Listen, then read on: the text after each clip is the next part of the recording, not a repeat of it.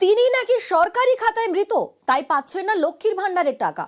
অভিযোগ, panchayat office, BDO অফিসে জানিয়েও লাভ হয়নি। চরম বিপাকে বানারহাটের শম্পা রায়।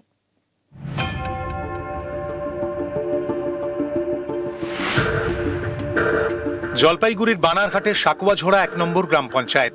এখানকার বাসিন্দা শম্পা রায় দিব্যি কাজকর্ম করে বেড়াচ্ছেন, অথচ সরকারি খাতায় এই শম্পাই নাকি মৃত।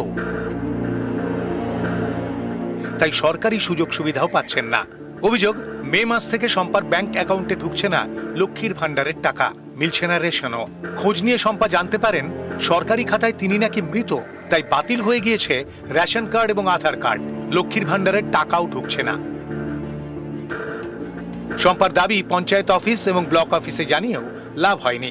6 মাস ধরে এক অফিস থেকে অন্য অফিসে ঘুরতে ঘুরতে হয়রানির এক শেষ। আমার শ্বশুর মারা গেছে, ওই জায়গায় আমার আধার কার্ডের নাম্বার বসিয়ে দিছি।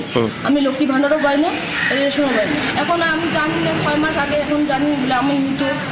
আমি তো জীবিত লোক না, আর ভোটও আমি দেই। সরকার তো প্রত্যেকটা লোকের জন্য বিভিন্ন সরকারি সুযোগ সুবিধা দিয়েছে, কিন্তু এক শ্রেণীর প্রশাসনিক আধিকারিকের খামখেয়ালিপনা এবং গাফিলতির জন্য আজকে এই ধরনের সাধারণ মানুষ ভুক্তভোগী হচ্ছে। আমি আমার প্রধান ম্যাডামকেও বিষয়টা জানালাম, এবার আমি আমার সুপিরিয়র যে আছে বিডিও সাহেব, তেনাদেরও আমি বিষয়টা জানাবো।